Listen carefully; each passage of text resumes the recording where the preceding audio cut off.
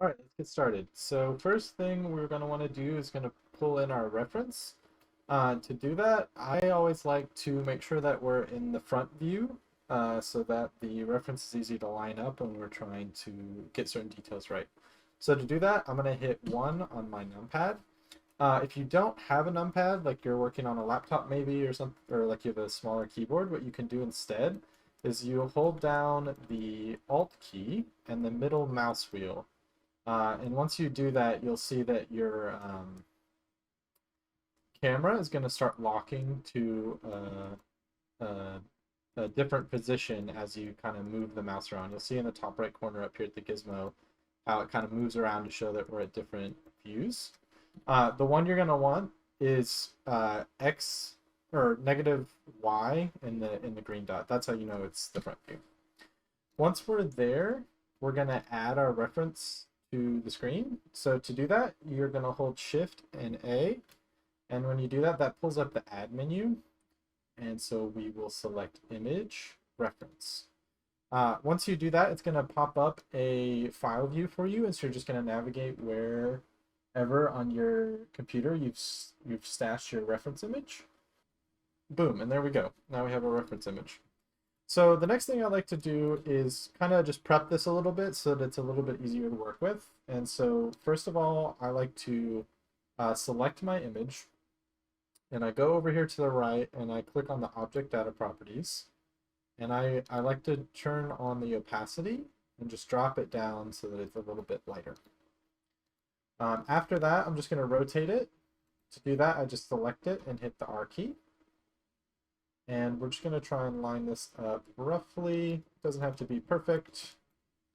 Might go in here just to check on it a little bit. Get it nice and lined up. Okay, that's pretty good. Doesn't have to be perfect. Don't spend too long trying to get it exactly right. It is just reference. It's better to just kind of understand that things aren't going to line up perfectly rather than go crazy trying to get it pixel perfect. Okay, now that that's set up, I'm going to go ahead and hit Shift A to add again. And this time we're going to add a mesh. And that's going to let us get started on the model. So I'm going to select a cylinder. And when I do that, it's going to put one in the middle of the screen for us. Down here at the bottom left, where you might not be able to see because I'm here, but let's see if you can see it. Yeah, see where it says Add Cylinder? If you pop that open, it's going to show you all the settings for the cylinder that's spawned in. I like to change this personally to something a little bit more simple. So like here it says 32, but I'm going to go with 12 to keep it nice and clean. It's good to stick with multiples of 4 as a good rule of thumb, especially if you're working in something that's going to later go into a game engine. So now that we have that and I look around, you'll see that the reference image is kind of in the middle of the object, which isn't ideal. So I like to select it and move it back. So the hotkey for move is G. And the nice thing is if we want to move it just backwards, I can hit Y to lock it to that axis and just slide it back that way. So now that I've slid it back, I'll go back to my front view. I'll click on my cylinder, and now we can start editing. So one of the important things to understand about Blender is that there are going to be two main sort of model modes you're going to work on, at least most of the time. And those two are object mode and edit mode. You'll see up here, it tells us what we're currently in. We're currently in object mode. If we click on our mesh and we hit tab, it's going to change to edit mode. And you'll see up here it's changed. Object mode is what you're going to be working in when you're doing sort of larger sort of scene edits, or like you're adding things to the scene, or maybe you're moving things in relation to each other. But when you're actually constructing a specific object, or you're trying to manipulate specific parts of a piece of geometry, that's when you're going to want to go into edit mode, at least as a rule of thumb. So now that we're in edit mode, you can see right now we're in vertex mode, which may not be the case for you. You can see up here in the top left that we have vertex mode, edge mode, and face mode. And these are just different ways that we can select and edit our geometry. The hotkeys for these are 1, 2, and 3 to change between them really quickly. Vertex mode just allows you to select individual points on a mesh. Edge mode allows you to select edges, and face mode allows you to like select faces. It's pretty self-explanatory, but they're super useful hotkeys to use to speed up your workflow. So now that I have it in edit mode, what we're going to do is line up this cylinder so that it roughly fits the shaft of the spear. So there's a couple ways to select this. You can hit A at any point while in edit mode to select everything, which is a super helpful thing. You can also, if you're in face mode, you can, if you select a face and then hit Control L, it'll select all connected faces, which is another good way. You could also, if you want, go into, say, vertex mode, or any mode really, vertex, edge, or face, and you could do a drag select. The only problem with the drag select is it doesn't by default select faces that are not currently visible. You can get around this by going into wireframe mode, and I often do work that way, but I think for beginners especially, navigating between what's called like viewport shading, like solid shading, and wireframe is a little tricky. If you want to know the hotkey for that, if you hold down Z and then move your mouse while you're holding it down, you can select between the 4 different default view modes. So I typically work in solid and wireframe. There's a few use cases for rendering and material if you're doing specific stuff, but for now we'll just work with these two. But anyway, once we have it selected, however you want to select it, you can. Let's go back to our front view. And now this is a good place to go into wireframe view if we're looking at our reference. And what we're going to want to do now is scale our mesh. So to do that, you're going to hit S and scale it down. And once it's roughly lined up with the concept, what I'm going to do is unselect it by just clicking off. And then I want to select just the top face, right? So I'm in face mode right now. You could be in vertex mode, that's fine too. Or edge mode, whatever you want. Just make sure you're selecting the top. We're going to move it, again with the G key. Now, the important thing to realize is while I'm in the front view, move is restricted to X and Z, right? I can only move it left, right, up, down. If I'm in the 3D view and I hit G, it can actually go in all 3 dimensions, X, Y, and Z. So if you're in the 3D view, that's fine too. You're just going to make sure to lock it to the Z axis by hitting the Z key. In the front view, I'm actually going to go ahead and lock it to the Z axis anyway, just because we're going to make sure it's going straight up. So that's what that blue line is. And I'm just going to pull it up to that shape real roughly. I'm going to go select the bottom faces, and then I'm going to pull it down to here. Don't worry about all the extra detail. I think a good way to think about getting your model started is you want to work big to small. So don't get overly fixated on making all the details line up super, super well, right? That's not important, especially in the very beginning. We'll have plenty of time to go back and refine details after we get kind of started. Okay, so now that we have the shaft, let's go ahead and work on this shape. It's one of the more complicated ones, but that's okay. So what we're going to do is we're going to add another cylinder. And we'll keep this one at 12. And let's just start kind of where we left off with the last one, right? It looks like I'm going to skip this detail for now and focus on the darker section. We'll try and get basically from this point all the way up to like here for now. We'll worry about the blade after that. So I'm just, like I said, work big to small. Don't get overly worried about details, just trying to approximate it. I think what we'll do here is we'll do what's called an extrusion. So I'm going to pop into the 3D view just to show this off. Now, extrusions, I like to do those in face mode. I think it's more intuitive that way, but you can do it however you want. So with this face selected, what I'm going to do is I'm going to hit the E key. E is for extrude. So when I do that, you'll see that more faces are now extruding out of the old face. If I go back into front view, in wireframe, you'll see I can kind of see where this is lining up. And I think what I want to do is line it up here with this detail, and then I want to extrude it up again, up to the top there.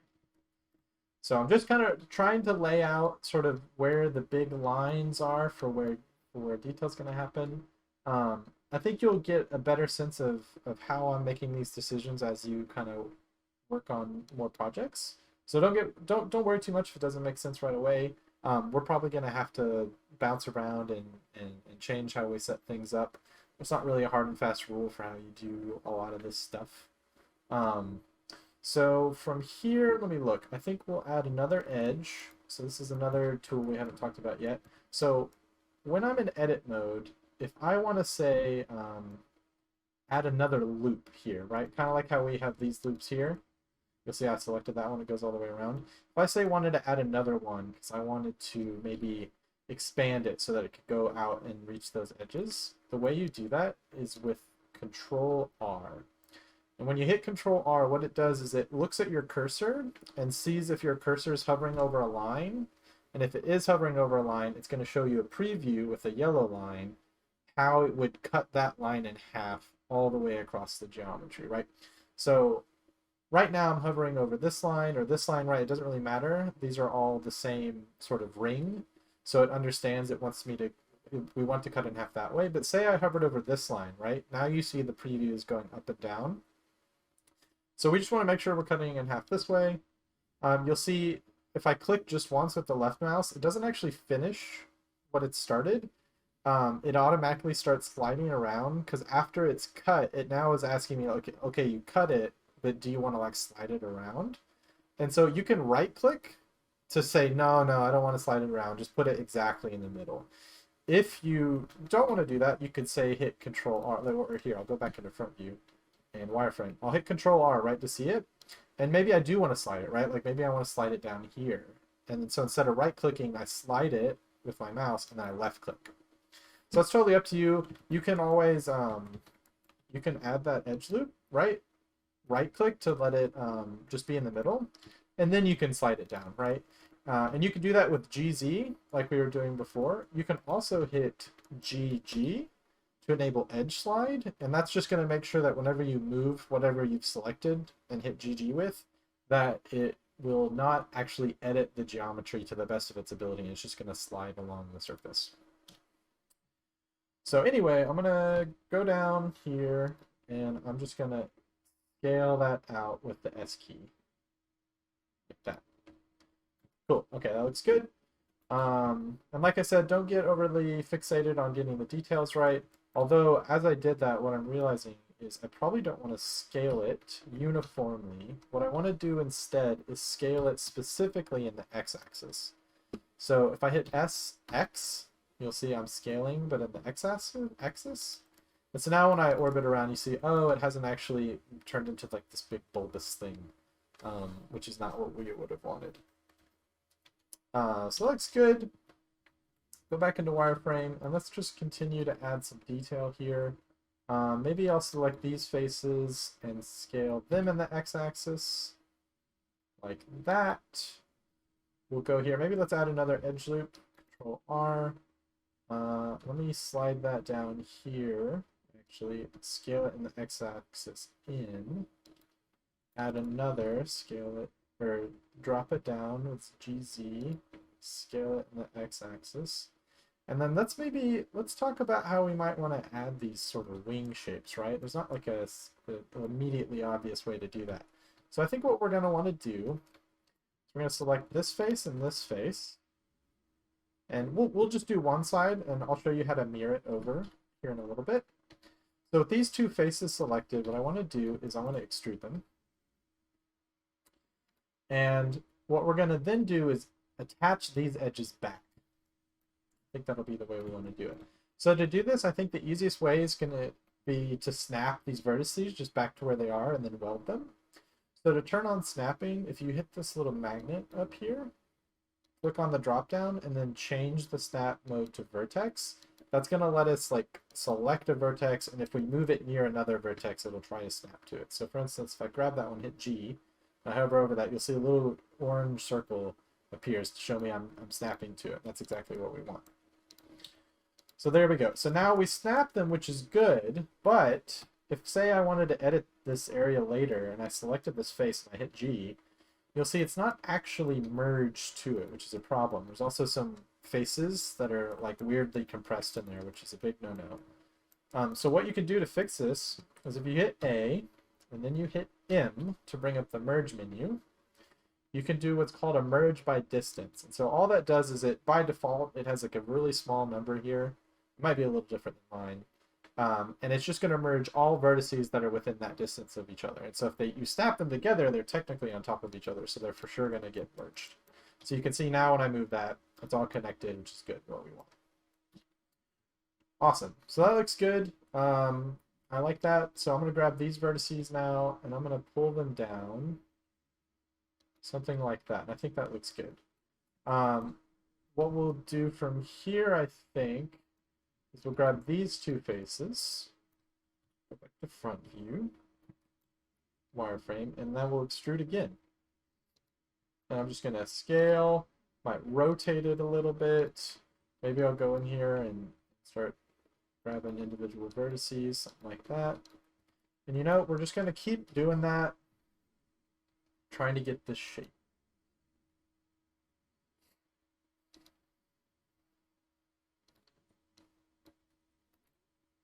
So I think what we're going to want to do here is, I think you see how this shape has that sort of like a spike here, and then it cuts out, and there's like a wing here as a separate detail. There's like there's a hole there, right? I think what we'll want to do is we'll add an edge loop like this, and then now that we have it kind of cut in half, we can here. Actually, what I'll do, grab these two edges, and then I want to move them. There, perfect.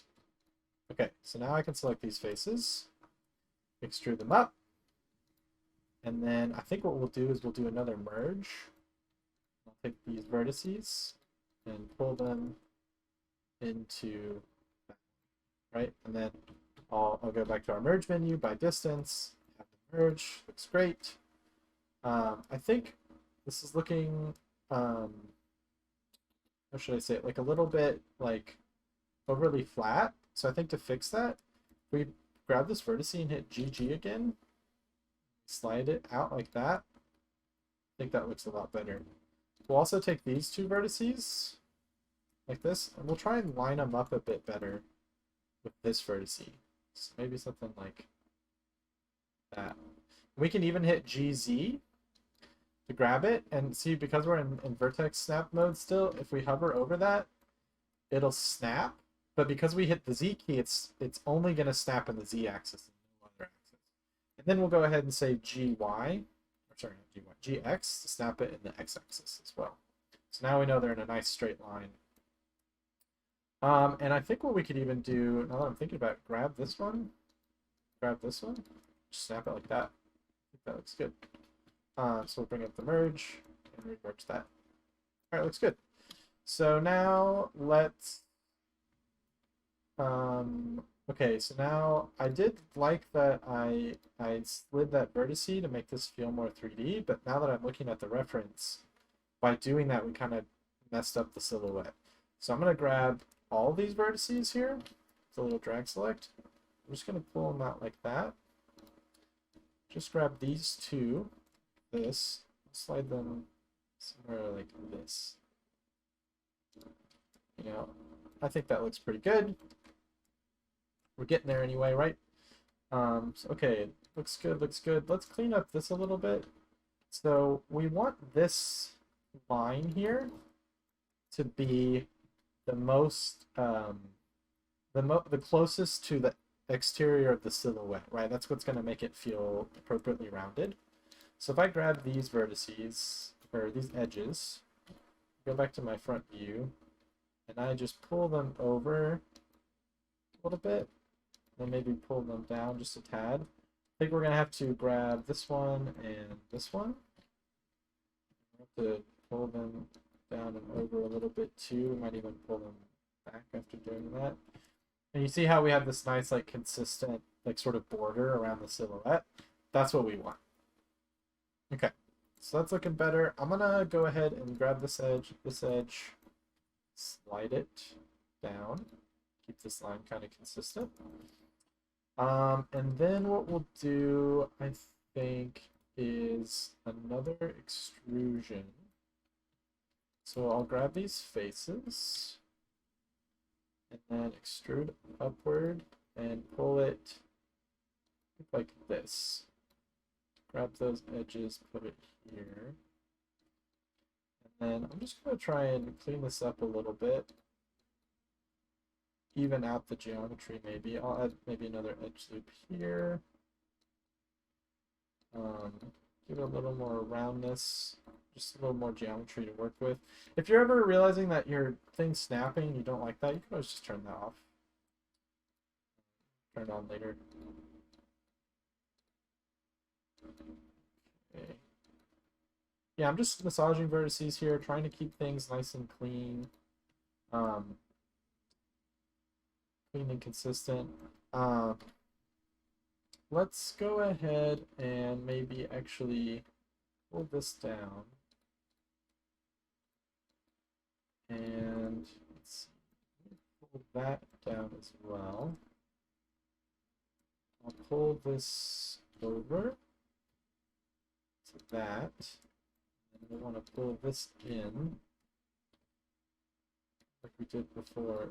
This one might need to come back. That'll look a little better. We'll have to come in here and probably clean it up a little bit. But for now, it's okay. Now that we have this line here, I think what we'll do is extrude up, rotate, do it like this. I think that looks okay. And then we'll take these faces, which are kind of now defining that shape, and do some more rotating and scaling, right? So big to small, don't worry if it's not getting the whole curve accurate in the first go, clean it up. Right, so like we'll add an edge loop here, good, add that curve. Go in here, we'll grab the vertexes, get that nice clean border going around like I was saying before, right? Looks good. Let's see, grab those two.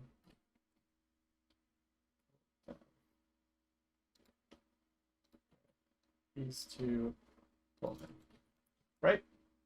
Looking pretty good. Definitely low poly, but that's a great place to start. All right, so I want to get this to a little bit more of a point. So let's massage it a little more. I think this needs to come down a bit, and this needs to come up a bit. I think that looks pretty good. It's not perfectly matching the reference, but that's okay. Trying to get just a first step at it. I think I want to add a little bit more curve here.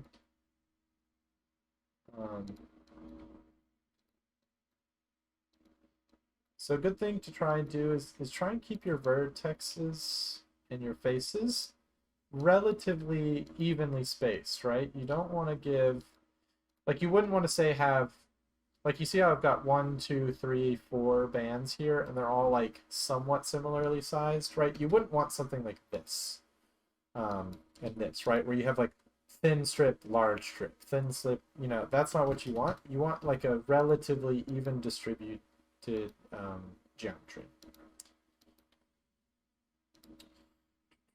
Okay, looks good. And you want these lines to be pretty clean too, right? Like you can see here that as this goes down, it has a little bit of a cant now. Maybe that's not what you want, right? You want to keep those lines nice and clean. At least as best as you can, right? Sometimes your geometry wants you to do something a little different. You know, the reference calls for something. That's okay. Just as a sort of guiding principle, right? Try and do that as much as you can. That's maybe a little curved. It's looking good. Okay. So we got some good detail in there. Okay, let's maybe try and add this guy in here now. I think what we're going to want to do is actually delete these faces like that. And what we'll do is add an edge loop, just like that with Control R. And then position it how we want it. I'll add another one. And at the top, what do I want to do this? Maybe do it here for now. All right, now that I have them selected, we'll reconcile this here in a second. Just gonna extrude it out, scale it down. Just do some very basic cleaning. So I think I'm gonna grab these vertices, pull them in, grab these vertices, pull them in, grab these vertices, pull them in. There we go. Looks good. Okay, so the reason I deleted that face is because we have a lot of vertices here that are kind of all coming in from different loops, and that can get really messy. In general, you want to have as many quads in your geometry as possible. You don't want to have tries. It's okay if you have tries. They're not as good as quads, but you definitely want to avoid what's called an in-gon, which just means a face that has more than 4 vertices as a part of it. So sometimes when there's a lot of like detail going on and like edge flow and like faces that are kind of making, you know, like a general shape, when they kind of come together with other complex shapes, it's really difficult for that geometry to resolve cleanly. So you may have to go in there and kind of clean it up a little bit. So I think what I want to do to start is I'm going to add an edge loop to our geometry here. And I'm just going to slide it down with GZ. And then I think I can grab these, turn snap node back on with shift tab is the hotkey for that. And then I'm just going to snap it right to that. That looks good. And then I think what we'll do is we'll add another edge loop. I'm going to grab this edge here and this edge here and hit F to close it with the face. Looking good. And then we'll add one more here. And we'll grab this one and hit F. This one, hit F. And then what I'll probably do is I'll go into vertex mode and I'll slide these here just to kind of clean it up a little bit, kind of clean the flow, right? Preserve that flow, keep it nice and smooth. And we'll have a try here. That's okay. I think we can either, I think we'll leave it here. I think this is a good place. So you can select all those faces and hit F. Awesome. And then what I like to do when I've kind of cleaned stuff up like that, I like to grab everything and I just do a quick merge by distance just to be safe, right? Like see down here at the bottom it said remove 2 vertices.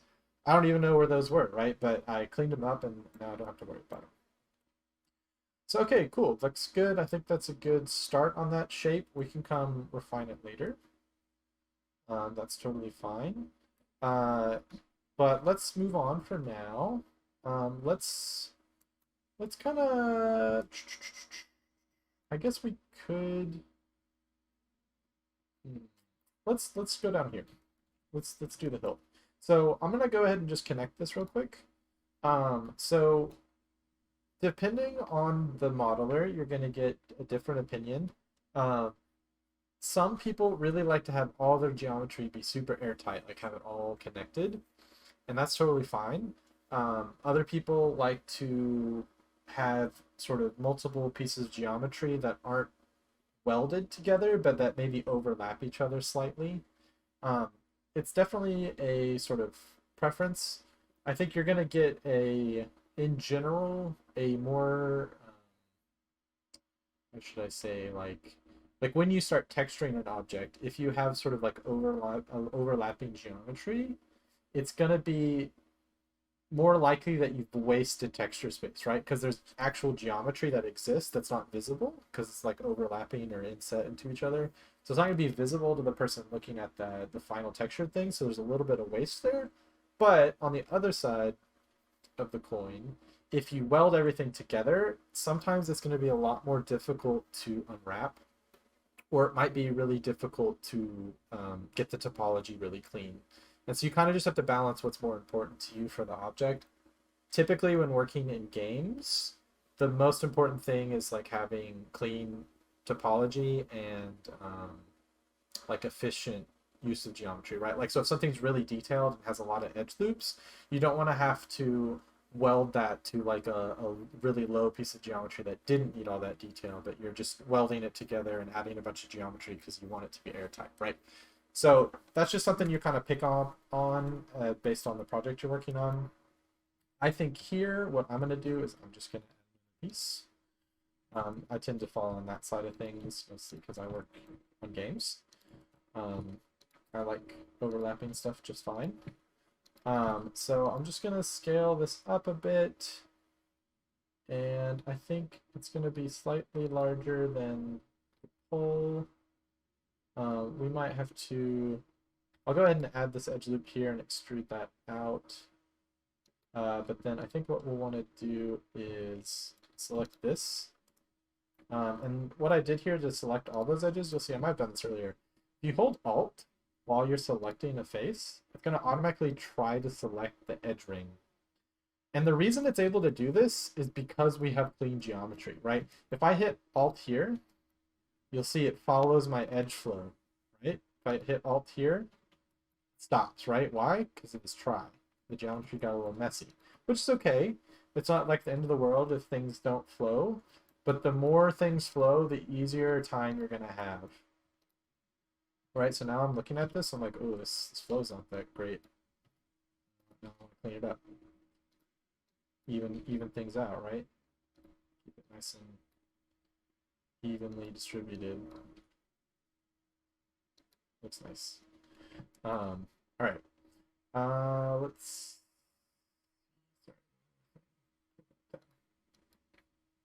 So clean. Okay, yeah. I always find that stuff super satisfying, so I spend a lot of time doing that kind of stuff. All right, so back to what we were working on. Let's see here. I think, okay, yeah. So I selected this because what I want to do is I want to bring in this shape. So I was in edge mode or face mode because it's easier to select. But what I really want is just this lower ring. So if I go into wireframe and do it that way, I think I can scale it in like that, and I think it looks better. And I'm realizing the shape here I think needs to come down a bit. That looks better, and then on this side it actually needs to come up a bit. Let's see, does it?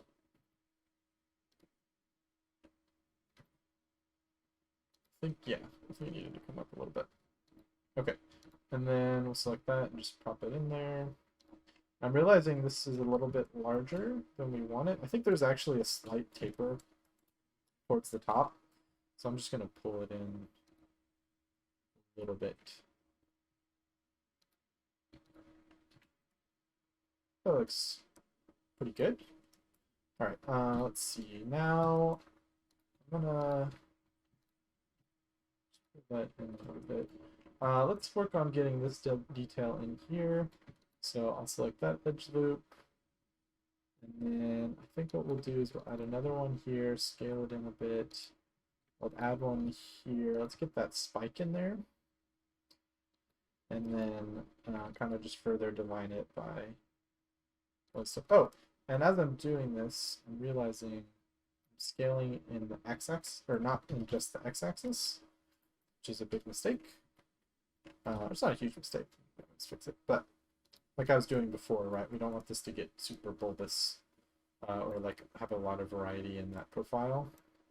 So like here, I think when I scaled this in, you'll see it kind of like scaled in the Y as well. So I'm just going to scale it back out.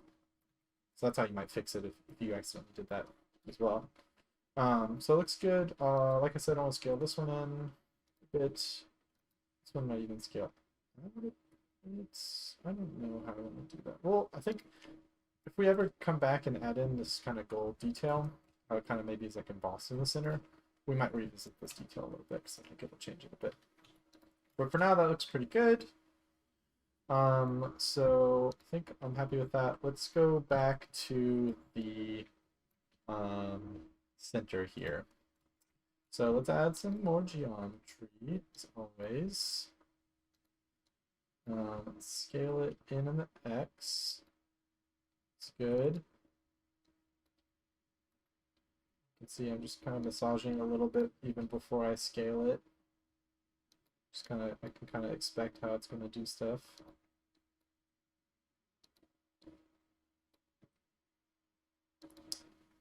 And yeah, don't worry about this side. We're going to mirror it over a bit.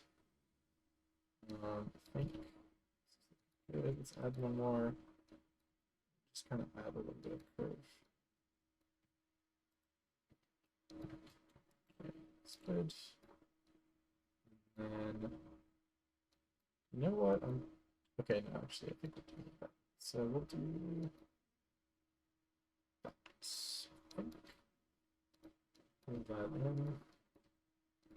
Yeah, and there's like a definitely a lot of different ways you could try and do lots of these details. So you know think something I'm trying out looks a little strange or doesn't seem like the intuitive way, that just might be how I'm interpreting it. If you thought maybe, oh, it could do this or that, that's really fine. I think it's more about understanding the principles of how you make decisions, like, you know, constructing good edge flow and clean topology. That's the important stuff. How you get there is less important. You'll develop speed and different techniques the more you work. So yeah, just keep refining these shapes, and editing the silhouette to make it look nice and smooth. Keeping a relatively consistent border of geometry there. Okay, so let's add some of this detail in here. I think we'll add a loop there. Right. Let's get the X out. And then a little bit of rotation. I find that rotating edges to be like perpendicular with the detail really helps with preserving the curvedness, right? So you can see here, this ring here, this line is relatively perpendicular with that curve, right? But as the shape adjusted, I don't want to keep the edge like it was before, right? I want to rotate it so that not only is the silhouette taking the curve, but it's also taking that curve as it enters into the rest of the geometry, right? So the flow keeps clean. It's a good way to help your geometry stay clean.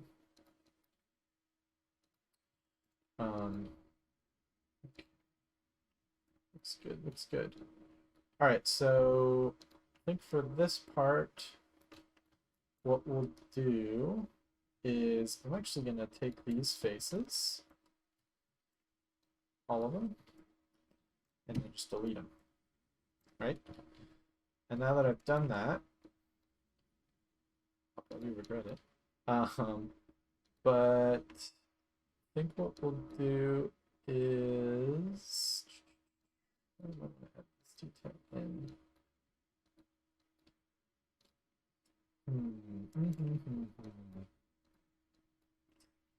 I'm having a hard time deciding how I want to do this part. I guess I'll add another edge loop and add more to that curve. And I think this will be fine, actually. Might just be worrying for no reason. We'll add another edge loop onto the big shape, pull that down. I think that looks good. Probably pull this in. We'll add an edge loop, pull it in. Edge loop. All right, that looks good. So we're not doing the blade here, right? We're just doing the hilt. So let's go ahead and pull these back in, faces. So I'm just selecting face, or sorry, edge, edge, face, edge, edge, face, F key. And then grab these two. There we go. And I think that looks pretty good. Looking at the shape, we know this is a blade, right? And blades are thin. That's how they get sharp. So what we'll do is I'm going to go ahead and at this point, I think we can do a mirror. So I'm going to grab all the geometry on the left side. So to do that, what I can do, so if I go to vertex mode and wireframe mode, and I just do a drag select. And I just make sure to select all the vertices on the left side of the blue line. But then I hit X to go pull up delete, and I hit vertices. I'll deleted half of our model. Now, the tricky thing is our vertices don't always stay exactly on the 0, 0 axis, like 0, 0 point on the X axis. So it's a good idea to go ahead and select all those vertices that are on the very center. And what you can do is you hit S to scale, you hit X to scale on the X axis, and then you hit 0 and hit enter. And so what you do when you do that is basically if you think about all the vertices as being in a line, some of them are further in the X, some of them maybe be in negative X right there on the left side of the blue line. But they all have different X values, and like slightly, right? Just very slightly because they've been kind of wiggled around. And so when you scale them all by 0, you're essentially telling them all to line out perfectly straight so that they all have the exact same X value. And it may not be at 0, 0 because it sort of averages them as a whole. So another good thing to do after you've done that is you turn snapping mode back on, but instead of using vertex, you use increment, and you turn on absolute grid snap. That makes sure that you're snapping to like the world points. And so if I zoom in here, and you can see it's not exactly on there, but if I hit G and X, you can see I can now snap to those grid points, and now I've snapped to the blue one. Right? And so that's how we know it's like perfectly on the grid, which is important because when you mirror something, it mirrors it about an axis. And so if you mirror it about the x-axis, but you're not exactly on the x-axis, you might have some weird stuff happen in the center of the model. So now that I have it set up for the mirror, I can go to object mode, and then I go over here to the modifiers tab, which is the one with the wrench, and I'm going to add a mirror modifier. Boom. So by default, it uses the x-axis, which is good for us. That's what we want. Another thing you might want to do is over here, select clipping. So the reason you want to select clipping is because if I go over here and I grab this vertice, snapping. If I grab this vertice, you'll see I haven't turned any axis constraints on, but as I move it, you'll see it's only moving up and down. Like even if I turn X on, it's not moving in the X-axis. And that is because as soon as a vertice comes into contact with the mirroring edge, right, which is the X-axis for us, it automatically sort of welds itself to that axis and prevents it from like going across it. This is really nice if, like, say you didn't clean up your edge before you mirrored it, and say a stray vertice was all the way over here on the wrong side. If you grabbed it and then pulled it over, it would snap to that axis and then be cleaned up essentially, right? So it's a good way to make sure that your geometry doesn't get distorted or something like that. Okay, so now that it's mirrored, I want to select these vertices, and I just want to slowly pull them in the y-axis. Wait, actually, let's select the whole of the ring.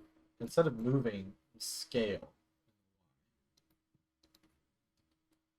Yeah, so I'm sort of slowly deselecting rings. Kind of thin it out. You know, I might go back and a little bit if I don't like the curve. But yeah, we'll keep working on that, get it just right. I think now that I'm looking at it, there's a couple of things I want to fix. So I think there's some weirdness going on here with the shape. You can see it kind of like juts out and then comes back in, which I think we want it to be more clean. So I might grab this edge and pull it in the Y just a bit, clean that up a bit, and then kind of do the same these other vertices. This is just like a cleaning up step. It's not crucial to do, but I find that it's helpful to constantly do. Oh wait, so one mistake I was making here is we may have mirrored it in the x-axis, but we didn't mirror it in the y.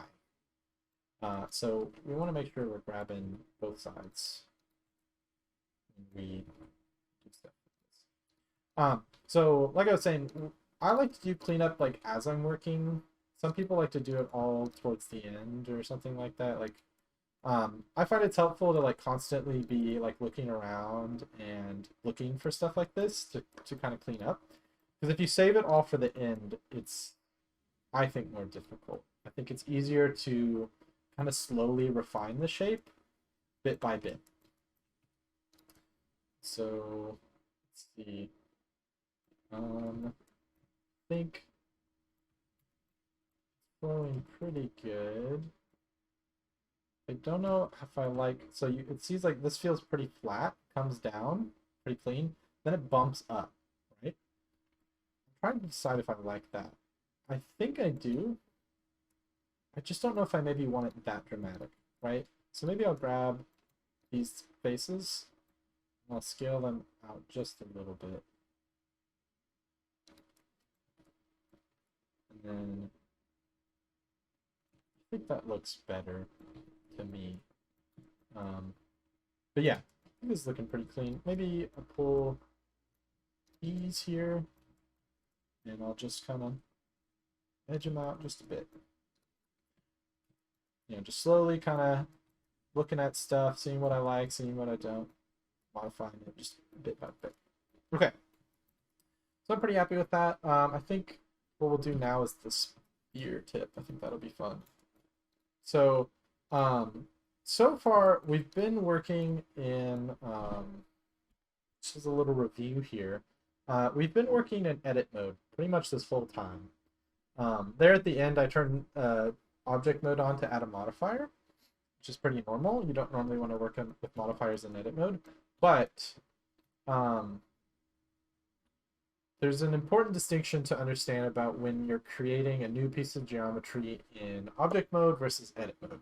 So earlier, when I started this piece and when I started the top of the spear, right? What I did is while I was still in edit mode, I hit Shift A and I added a piece. I'll do that. Add a cube. Yeah. And so you can see now that I've added it, because I have mirroring mode, it's going to be kind of weird.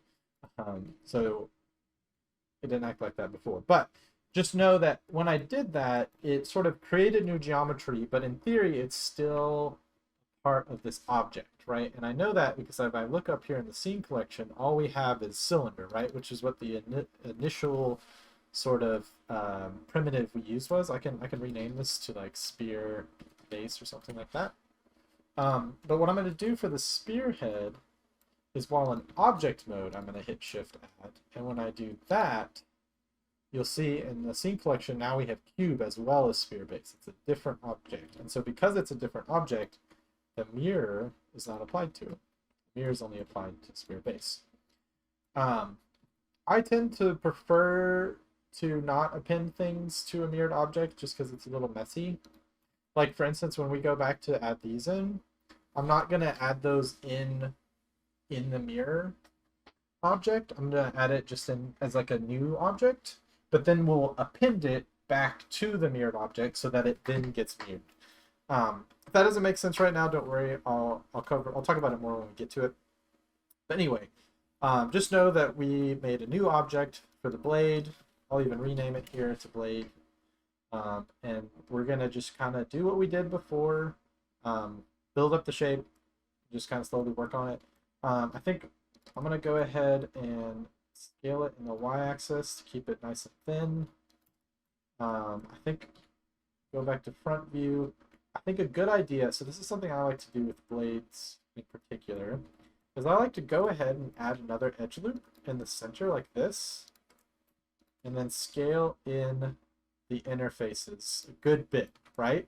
Just so we've already established, like, hey, this thing is sharp.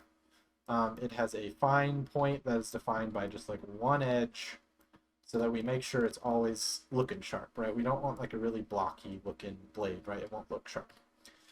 So now that I've done that, let's get working on the silhouette.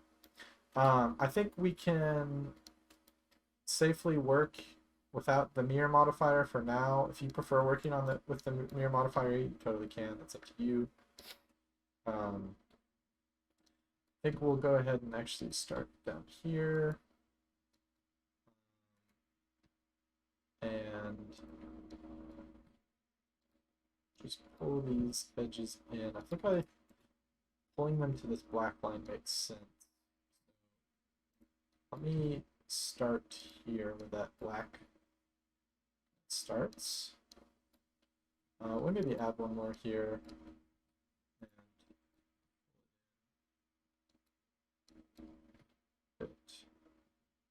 All right, and I'm just going to make sure that it's fully inset into what we already have. Like that. Okay. Grab those. Face mode. Extrude up in the Z. Just bring it to there. Actually, let's do right here. And okay. Good. I think these actually need to stay on that black line. Let's add in. So there's this hole, right? Let's add an edge loop. Pull it down to here.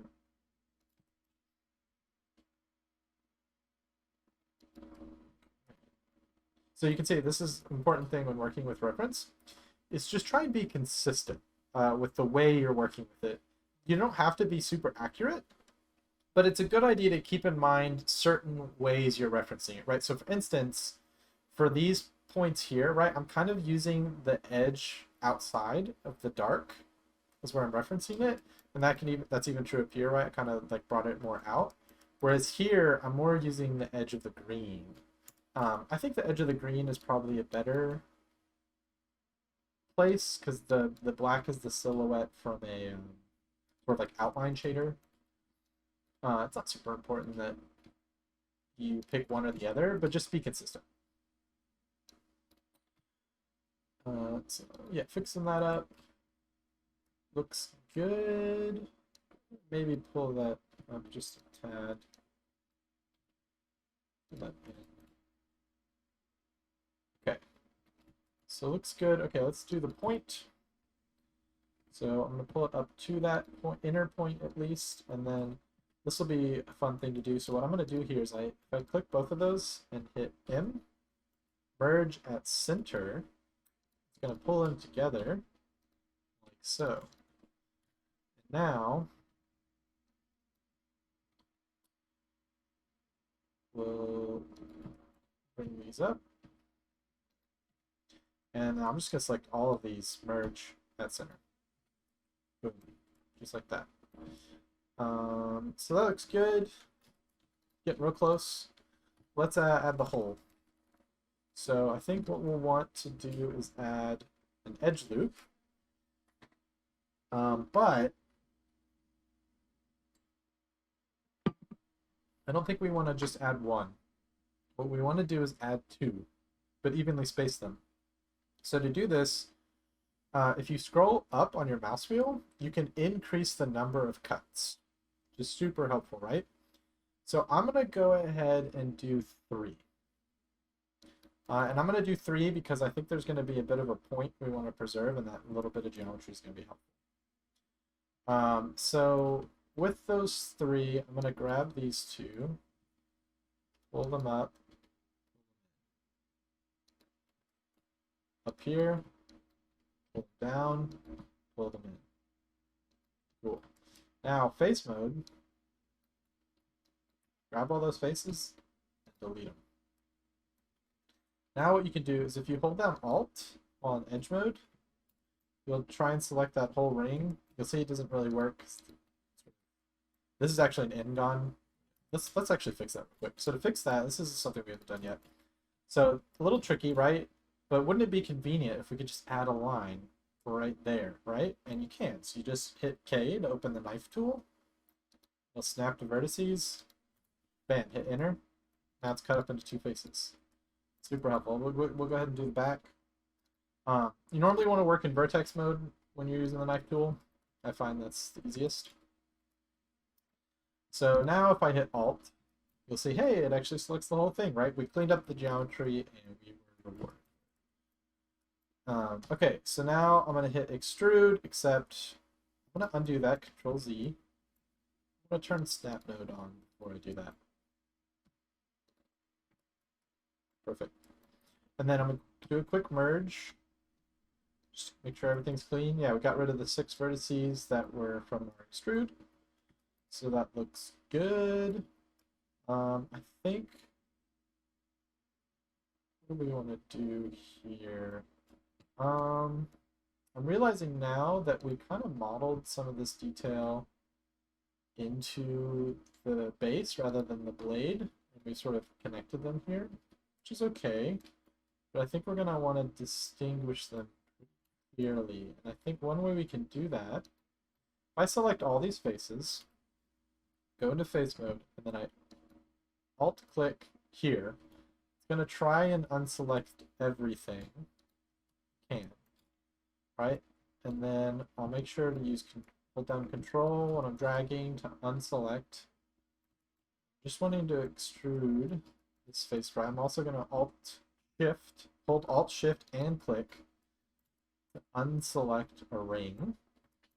Now you can see all I have are these interfaces selected, and I'm going to hit E, S, Y. Move my mouse. You can see I've pulled out those vertices to separate them from the blade a bit. I think once we're done with the blade, we're going to merge it back into the base and recombine it, so that'll be a good time to talk about merging vertices again. But I think for now, that's okay. Let's see. Let's look at that silhouette again. I think with the blade selected specifically, we'll extrude down and then scale it in the X. It's good. I'm going to grab these vertices, pull them up, grab these vertices, pull them down. Cool. It's good. And let's see, I'm going to go ahead and delete these faces.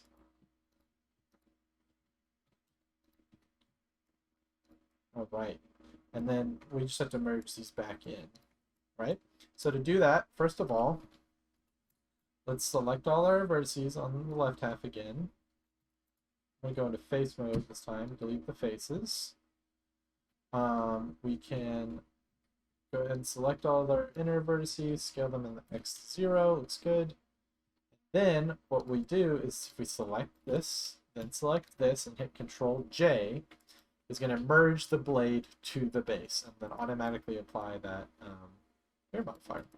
So now all we have to do is we're going to want a, I'm going to delete these faces first. That, and then what we want to do, I'll delete all these inner faces as well. We don't want these. Delete these. Okay, looks good. We don't want these on either side. It's good. Okay. So what we'll do is I'm going to grab this one and this one. Do that. Okay, actually, what I'm noticing, we need to cut that first. Then we can do that. Sweet.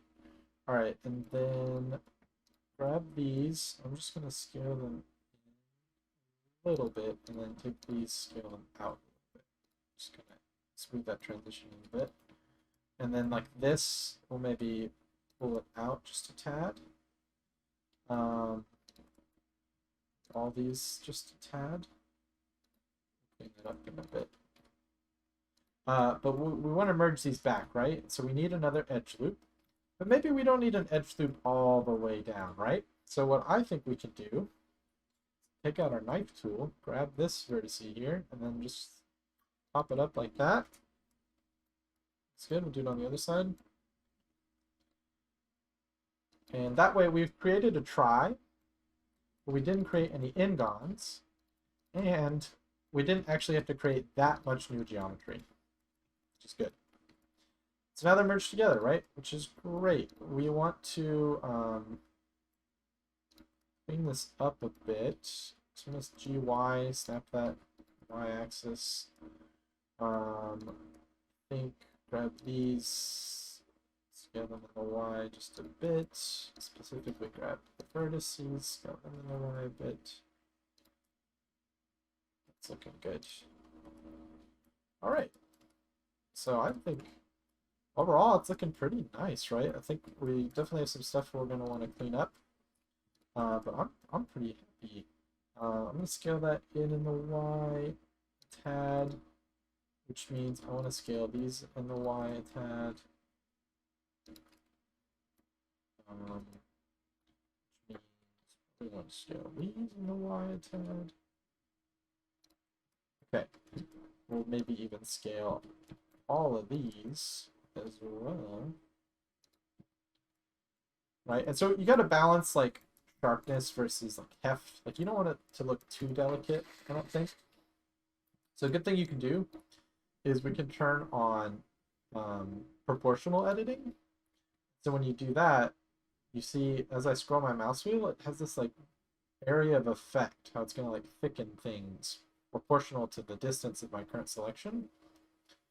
So I can do this, and it's just going to widen only the stuff within its influence with the sort of fall off. And I think I just want to thicken it just a tad. I think this needs to just ever so slightly. I think maybe even turn off proportional for this bit. I think that just needed a little bit.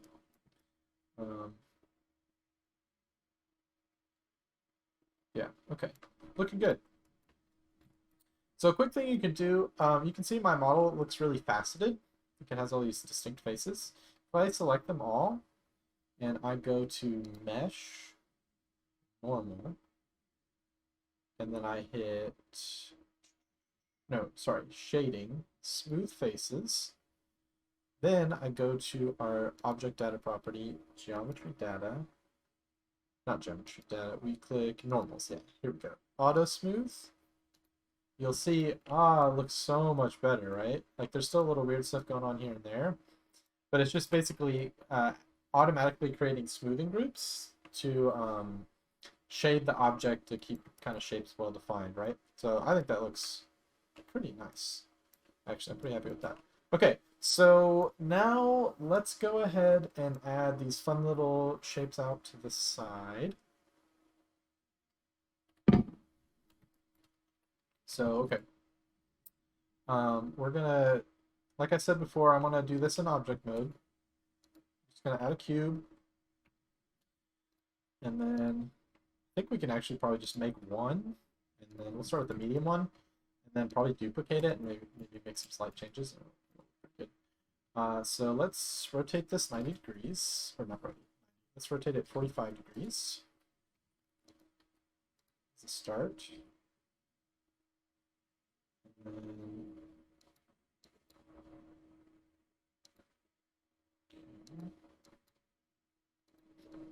pull that there. Okay, right, so it's good. Let's pull it in a little bit. I think what we'll also want to do is add some geometry. So let's add this line here, both sides, and then add an edge loop. Select these faces. and scale them in. Looking more crystal-like already. Let's go ahead and think.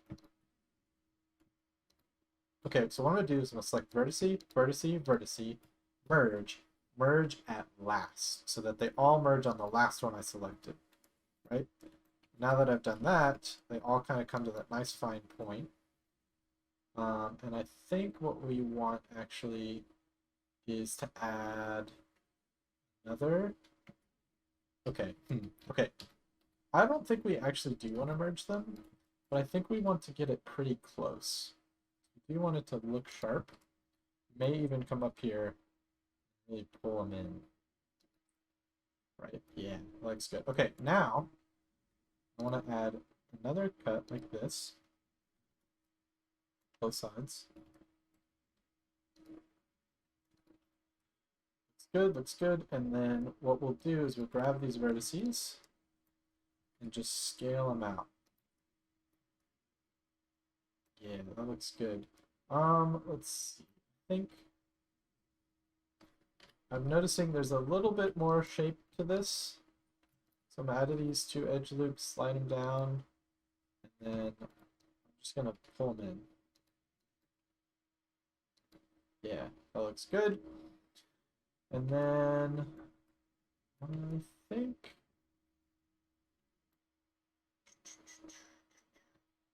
I want to.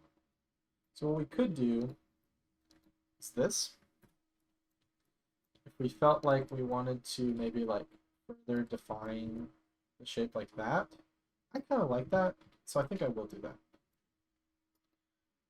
It's good to test stuff out like that real quick. You can always undo it if you don't like it. It's good to experiment. But I think, you know, making the silhouette a little bit more complex is a nice little detail. Okay, so finally, I think it'll be nice to give a little bit of suggestion of a material change here. So if I add an edge loop here, and then we connect it with a knife tool, we can do that like so. Like that. Then we'll just select all these faces. Right? And we could hit, we can do this a couple different ways. I think what we want to do is hit I, inset, then I'm going to scale. Right? And, you know, just massage it. You may need to move around it, scale it a little bit. You could even pull it back a little bit like that. We may not want it to be here. What we could do instead of an inset, maybe this will work better, just extrude it.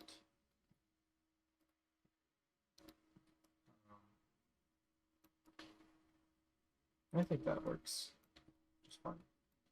Cool, yeah. It probably won't read super well here in the silhouette, but once we texture it, I think having that little bit of geometry will make it really easy. Okay, now that we have that, we'll just duplicate, scale, rotate, all that good stuff.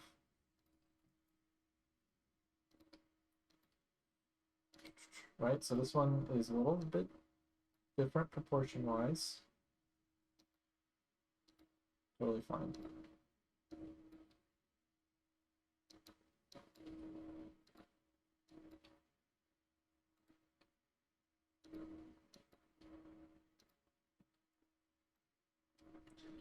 Now, the only tricky thing about this is because it is at an angle, it's hard to make these changes consistent. Keep it looking like it's mirrored. You know what? I think it's okay. We changed the proportions a little bit on the exterior, and I think that looks fine. We don't need to overly fine-tune it. So let's select that again, go up, rotate, scale.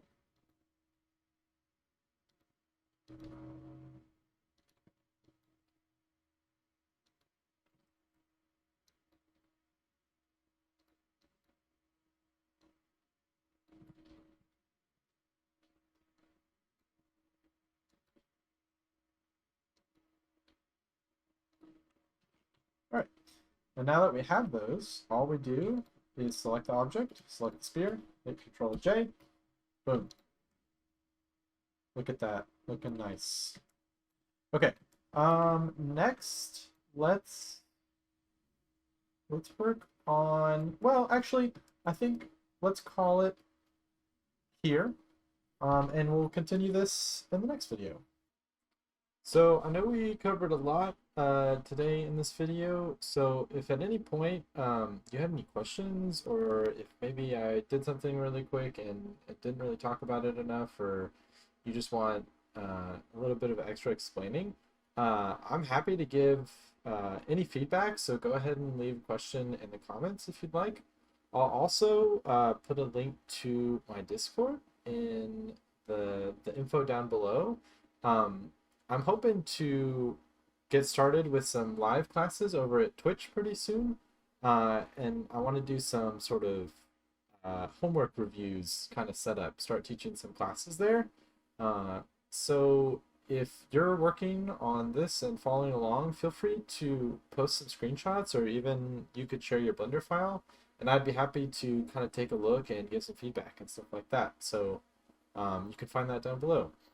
But anyway, if you made it this far, I really appreciate it. Thanks for watching, and I'll hopefully have part 2 out really soon. See ya.